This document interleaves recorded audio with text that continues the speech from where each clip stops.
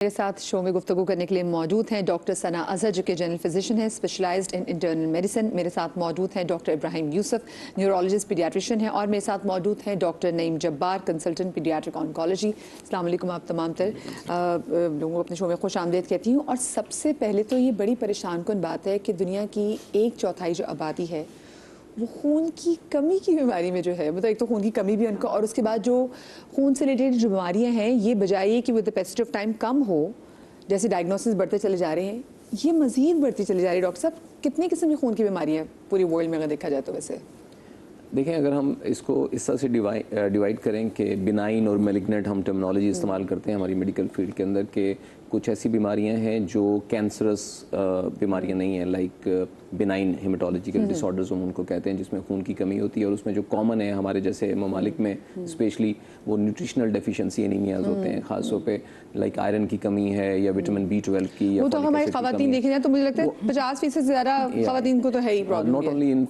Women but बच्चों में भी बहुत कॉमन है ये, हमारे यहाँ जो न्यूट्रिशनल डेफिशिएंसी है। इनफैक्ट मेल पॉपुलेशन में भी काफ़ी हमारे जैसे कंट्रीज़ में तो बहुत ज़्यादा पाई जाती है ये। सो ये एक तो न्यूट्रिशनल डेफिशिएंसी एनीमिया है। इसके अलावा जिस तरह से भी हमारी रिपोर्ट में दिखाया गया, मरूसी बीमारियों की बात की गई, तो thalassaemia is very common in over part of world. खासतौर पे थैलेसीमिया में बीटा थैलेसीमिया, जिसकी खासतौर पे हम बात करें, एक सिकल सेल डिजीज़ होती है या सिकल थैलेसीमिया होता है, वो ज़्यादातर हमें देखने को मिलता है मिडल ईस्ट में या वेस्टर्न कंट्रीज में। अगर टेस्ट हो जाए डॉक्टर साहब, दिस कैन बी अवॉइडेड। अगर पता चल जाए कि जी कि थैलेसीमिया माइनर 2 बंदे ना हो, तो आप बचा सकते हैं। इसका हल ही ये है, प्रिवेंशन। बेसिकली इलाज पे हम बात कर रहे होते हैं, ब्लड अभी भी जैसे रिपोर्ट में भी, और कि ब्लड लगना और ये तमाम मामला, लेकिन जो इसका एक्चुअल हल है, सोल्यूशन है, दैट इज प्रिवेंशन। और वो आसानी से, जैसे आपने शुरू में बात की, ईरान के बारे में भी बात की, तो ये बिल्कुल प्रिवेंट किया जा सकता है। थैलेसीमिया तो ये हमारे इख्तियार में कि हम इसको कैसे रोक सकें। डॉक्टर साहब, आपके पास जब इतने बच्चे आते हैं, हम देखते हैं, तो उनमें आप सबसे ज़्यादा जो खून की वजह से किन बीमारियों को देखते हैं कि जिनके रिस्क बढ़ जाता है? मेन चीज़ तो न्यूट्रिशनल डेफिशिएंसी ही सबसे ज़्यादा हो रही होती है, जिसमें स्टंट एंड ग्रोथ सब हो जाती है, जिसमें आपका हेल्दी लाइफस्टाइल नहीं होता। दूसरा, उसी एनीमिया में ही सबसे ख़तरनाक चीज़ जो हमारे मुल्क में है वो है वर्म्स, पैरासाइट्स जो पेट में होते हैं, और अनडायग्नोस्डली कभी कभार आपको पता ही नहीं चलते किस तरह के वर्म्स हैं। और वहाँ पे आप जब ट्रीटमेंट नहीं होती है तो आपकी बहुत सारे वैसे ही डेफिशिएंसी शुरू हो जाती हैं, और बच्चा बहुत सारे प्रॉब्लम्स में आ जाता है। ये इतना हम बात करते हैं कि बच्चों को डीवॉर्म जो है, ये पूरी कैंपेन चलती है, लेकिन लोग डरते हैं। हमें तो कोई चीज़ भी शुरू करे लोग डर जाते हैं। ऑफ कोर्स, यहाँ पे पॉलिसीज़ हैं, लोगों को कहते हैं ना कि एक तो एतमाद नहीं है, और फिर इसके बाद कॉन्फिडेंस लेवल हमारा जो है वो वैसे ही लोग शेक कर देते हैं। अगर आप नॉर्मली देखें तो वैक्सीन्स में भी अगर आप देखें तो हमारा कॉन्फिडेंस लेवल आधे लोगों को शेक होता है। जैसे डॉक्टर साहब, मैं आपको से मिसाल दूँ, जैसे मेरे बच्चे के स्कूल में जब ये पोलियो के जब होता है, कतरों का होता है, तो मैंने चाहे घर में भी पिलाया हूँ, स्कूल में भी आया तो मैंने कहा पिला दें। मैं माओं को देखती हूँ, वो कहती है हमसे पूछ के क्यों पिलाए, हमसे पूछे बगैर क्यों पिलाए, नहीं पिलाने, हमें नहीं चाहिए। तो मुझे होता है क्यों लोगों में इतना, मतलब पढ़े लिखे लोग हैं लेकिन डरते हैं। ऑफ कोर्स बहुत सारे डरते हैं, बिकॉज हमारी, मैंने कहा ना, एक तो एतबार नहीं है, उसके बाद एतमाद नहीं है। तो ये बहुत सारी एक पॉलिसीज़ हैं जिस पे हमें पता चलता है यार कि पता नहीं हमारे बच्चे के साथ क्या हो जाएगा आफ्टर जो वैक्सीन हैं उसके साथ कोई वैक्सीन से तो आपको पता है, वैसे भी शौक है कौन से अटैच करने का। अच्छा, जिस तरह की आपने कहा डीवॉर्मिंग की टैबलेट्स खिलाते हैं हम लोग, अब हम लोग तो PPA के मेंबर्स हैं, तो ऑफ कोर्स हम उस कैंपेन का हिस्सा होते हैं, तो हमें वो सामने से ड्रॉबैक आता है कि यार ये चीज़ नहीं करनी है। मतलब सामने से एक पेरेंट्स की तरफ से आना है कि भाई ये तो नहीं खिलानी है, फिर आप डॉक्टर्स के, फिर वो रिक्वेस्ट लेटर आता है, उस पर साइन करके दो, फिर 10 लोग कॉल करेंगे, इसके बाद जो है आप जाके उसको फुलफिल करते हैं।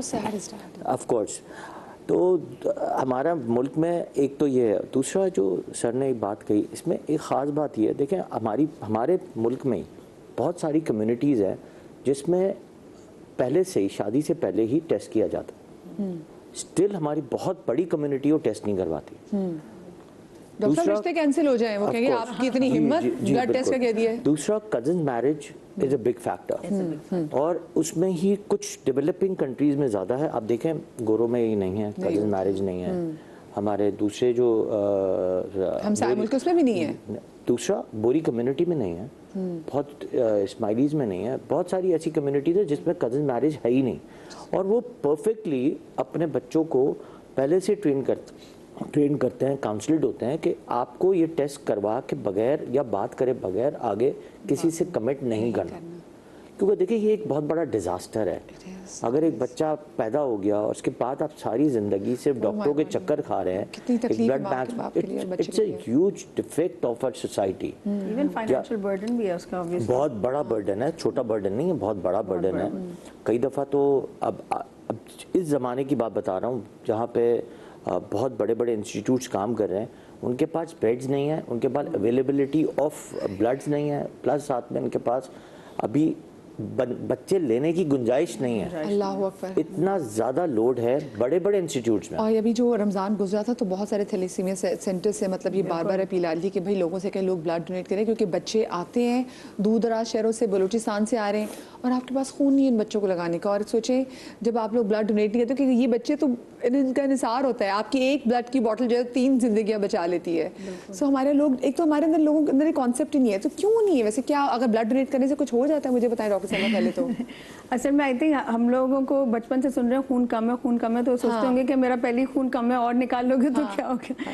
लेकिन खून मत जलाओ, मेरा हर खून मत जलाओ, खून, हाँ मेरा खून उबल रहा है, मेरा खून मत जलाओ। I think the fear of having less blood बहुत ज्यादा है, because of the fact that again like doctor साहब सेड कि आयरन डिफिशिएंसी इतनी कॉमन है, लो हीमोग्लोबिन इतना कॉमन है, लोगों ने टेस्ट नहीं कराया होता, बट दे डोंट अंडरस्टैंड कि ये स्क्रीनिंग सेंटर्स पे वो पहले आपको टेस्ट करते हैं, आपको क्लियर करते हैं, उसके बगैर आपका खून नहीं लेंगे वो। If you don't fit the criteria they let you go, पकड़ के नहीं बैठ जाएंगे। 11 आप तो नहीं लेंगे 11। लेकिन ब्लड डोनेशन जो है, other than it being a सवाब, I think in all religions it's you doing society, आप जान बचा रहे हैं, society a favour for people. There are people actually जिनका haemoglobin on the higher side भी होता है, और बहुत सी दफा वो ऐसे टाइम आते हैं कि वो ब्लड ड्राइव पे नहीं गए और उनको हमें बोलना पड़ता है आप जाके पॉलीसाइथीमिया एक होती है यही ब्लड डिसऑर्डर जिसमें आप एक्सेसिव ब्लड सेल्स प्रोड्यूस करते हैं, उनको तो वैसे ही जब उनका एक सर्टेन लेवल से ऊपर होता है देना होता है, तो वो there are perfect candidates. A lot of people even don't know they have polycythaemia, because हमारे यहाँ एनुअल फिजिकल या वैसे चेकिंग नहीं होता।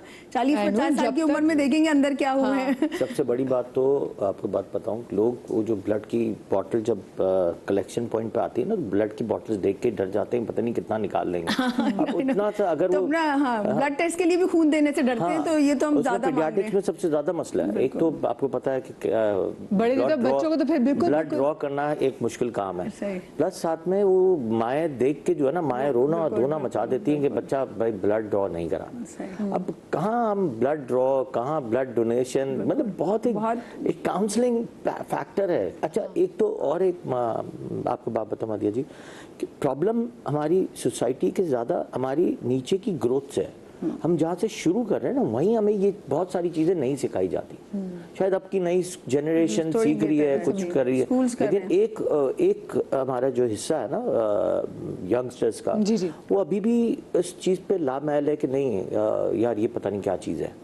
तो स्टिल इट्स ए ऑनगोइंग वे के एजुकेशन लेवल जो है ना नीचे लेवल से सिखाया। जो आपने ट्रस्ट डेफिसिट के वाले से बात की ना, वो बिल्कुल सही है, क्योंकि हमने देखा कि वो किसी किस्म की भी चाहे सर्वाइकल कैंसर की जो अभी पिछले दिनों वैक्सीन आई उसको लेके बात हो, बल्कि हमने देखा कि मुस्तफ़ा कमाल साहब ने अपनी बेटी को सबसे पहले लगा के कैंपेन का आगाज़ किया। हम पोलियो की कैंपेन इतनी एक्सेसिवली यहाँ पर होती है, फिर भी हम फाइट कर रहे थे लोगों को समझाने के लिए। और उसके बाद फिर अभी जो कोविड की वैक्सीन आई थी, तो वैक्सीन से रिलेटेड तो हमें कोई शौक है, कोई ना कोई कॉन्ट्रोवर्सी, क्योंकि शायद ना हमें शौक है बातें सुनने का ना, हम बातों में आ जाते हैं, पता है इस वैक्सीन से ही होगा। आप मुझे बताएं, इसमें माँ, अगर हम जो बच्चों में जो हम स्पेसिफिकली देखते हैं, इसमें माँ की अपनी हेल्थ का कितना किरदार होता है? Very important. एनीमिया में खास हुए जो आयरन डिफिशिएंसी, अब चूंकि बहुत ज़्यादा प्रेवलेंट है मदर्स के अंदर एनीमिया, आयरन डिफिशिएंसी ख़ास तौर पे, सो वो फिर रिफ्लेक्ट करता है बेबीज़ में जब बच्चे पैदा होते हैं। अब ये this is very unusual to have a child with anaemia, ख़ास तौर पे न्यूट्रिशनल डेफिशिएंसी एनीमिया। सो अब अगर मदर जो है वो आयरन डेफिशिएंट होगी तो बेबी भी आयरन डेफिशिएंट होगा, उसके एनीमिया होगा उसको। तो वो शुरू से ही जब वो आयरन डेफिशिएंट होगा, तो iron deficiency is not only causing anaemia, वो फिर ग्रोथ में भी, मेंटल ग्रोथ में भी, और बहुत सारे जगहों पे रोल है आयरन मेटाबॉलिज्म का। तो फिर वो और भी जगहों पे, बहुत जगहों पे रिफ्लेक्ट होती है बच्चे की ग्रोथ में। सो यस, मदर की health is very important factor और very important contributing factor in anaemia. और कोई खास ब्लड ग्रुप के साथ कोई इशू होता है? नहीं, what I want to add to that is कि you know I hear, मैं जब फीमेल्स आती है मेरे क्लिनिक में and you know मैं उनसे पूछती हूँ आपका हीमोग्लोबिन क्यों इतना लो है? मेरा तो बचपन से इतना ही है। I said क्यों आपको थैलीसीमिया है, कुछ है, मतलब कोई रीजन नहीं, ऐसे ही बचपन से ही लो है। It's okay for them ना। The concept of having a normal hemoglobin भी बहुत सी जगह they don't understand कि ऐसा abnormal नहीं हो सकता, अगर लो है तो उसको आपको एड्रेस करना था, आपको फिक्स करना था। हमारे यहाँ असल में ये तो समझ लिया, हमारे यहाँ रेफरेंस रेंजेस का ही कोई कॉन्सेप्ट नहीं है ना, तो हमारे यहाँ तो ये समझा जाता है कि जैसे फीमेल्स में 9 gram is okay, 10 gram is okay, specially जब प्रेगनेंसी या इस तरह के फेज में होती हैं फीमेल्स, तो वो उसमें स्ट्रेस चूंकि बढ़ता है और बेबी की रिक्वायरमेंट भी होती है, तो उसमें फिर वो बहुत ज़्यादा वो मैनिफेस्टेशंस के साथ आती हैं, अलामात के साथ आती हैं वो फीमेल्स। तो अब ये कि वो बेसलाइन ही 9 ग्राम रह रहा है, 10 ग्राम रह रहा है और दे टेक इट नॉर्मल। बिल्कुल ऐसे ही है। तो खवातीन में नॉर्मल कितना होता है? देखिए ये तो 12 से रेंज होती है, मतलब फीमेल्स में यूजुअली 12 से 14 को हम रेंज ले रहे होते हैं, मेल्स में हम 13 से 15 या 16 तक हम नॉर्मल रेंज ले रहे होते हैं, बट वो 12 ग्राम वाली फीमेल्स तो हमें शाज़ो नादिर ही मिलती हैं। वही कह रही ना वो, and which is not, I said no this is not normal, this is putting a strain on your body, तभी तो आप एज कर गई हैं जल्दी। तो आई थिंक अगर हम औरतों को ये बोल दें ना आप एज कर जाएंगी जल्दी अगर आपका हीमोग्लोबिन लो है, तो शायद ट्रेंड चेंज हो जाए। ये आपने बात बिल्कुल सही की, मैं भी आज जाके आपने जरा सीबीसी का वो काउंट कराती हूँ कि भाई मैं कहाँ पे फॉल करी। डॉक्टर साहब वही जो सवाल मैंने से कहता है कि इसमें माओं का कितना किरदार होता है, क्या कोई किसी खास ब्लड ग्रुप से, अच्छा कहते हैं ना कि अगर जैसे आपका ब्लड ग्रुप ओ नेगेटिव हो और आपकी मियाँ को किसी और, तो एक दिन जैसे पर्टिकुलर इंजेक्शन भी जो आपको लगवाना होता है, जरा उसके बारे में बताइएगा कि बिफोर हैविंग अ बेबी आपको ये भी देखना है कि आपके हस्बैंड का कौन सा ब्लड ग्रुप है और आपका कौन सा ब्लड ग्रुप है। हस्बैंड के ब्लड ग्रुप से एज सच कोई फर्क नहीं पड़ता, लेकिन मेरा ओ नेगेटिव था, फैसल का बी पॉजिटिव था, तो एक इंजेक्शन लगा था मेरे। नहीं आपके नहीं होता, आपका अगर बच्चा अगर पॉजिटिव पैदा होता है तो आरएचडी आपको लगाना पड़ता है, क्योंकि अगले बच्चे की इम्यूनिटी डेवलप करनी होती है टू डिफेक्ट से बचाने के लिए। आफ्टर मिसकैरेज मुझे तब पता चला। दूसरा ऐसा होता है कि उसमें यूँ होता है कि जैसे आपने एग्जांपल दी, तो उसमें चूंकि अगर फादर जो है वो RH पॉजिटिव है, that is called RH, D antigen होती है बेसिकली, तो RH पॉजिटिव है और मदर RH नेगेटिव है, तो जो बेबी है वो RH पॉजिटिव हो सकता है, वो जीन फादर से ले सकता है। तो जब वो फादर से जीन लेगा RH पॉजिटिव की, तो मदर एक्सपोज हो जाएगी फॉर दैट RH जीन, उस डी एंटीजन के लिए मदर एक्सपोज हो जाएगी, और mother doesn't know about that D antigen. So mother के लिए वो एक फॉरेन चीज़ है, एक बाहर की चीज़ है, तो मदर उसके खिलाफ एंटीबॉडीज बना लेती है, एंटी-डी एंटीबॉडी बना लेती है, तो वो क्या हो जाता है, सेंसिटाइजेशन हो जाती है मदर की, इम्यूनाइजेशन हो जाती है मदर की। सो अब वो फर्स्ट बेबी में तो यूजुअली ये मामला नहीं होते कि वो फर्स्ट बेबी, चूंकि जब तक वो एंटीबॉडीज बनती हैं, वो फर्स्ट बेबी डिलीवरी हो जाती है, तो उस फर्स्ट बेबी के ऊपर वो इफेक्ट नहीं आता है हिमोलिसिस का, यानी रेड सेल्स टूटने का उस एंटीबॉडी की वजह से। सेकंड बेबी भी अगर फादर से जीन एक्वायर कर लेता है और दोबारा RH पॉजिटिव है, तो चूंकि मदर एंटीबॉडी बना चुकी है, तो वो एंटीबॉडी जाके बच्चे के सेल्स को तोड़ेगी और वो बच्चे में, और वो ये मतलब इन यूट्रो डेथ, यानी बच्चे में इन यूट्रो डेथ यानी पैदाइश से पहले डेथ। हाँ, I have gone through this. एक छोटी सी ब्रेक के बाद मिलते हैं जी, कहीं मजा आएगा।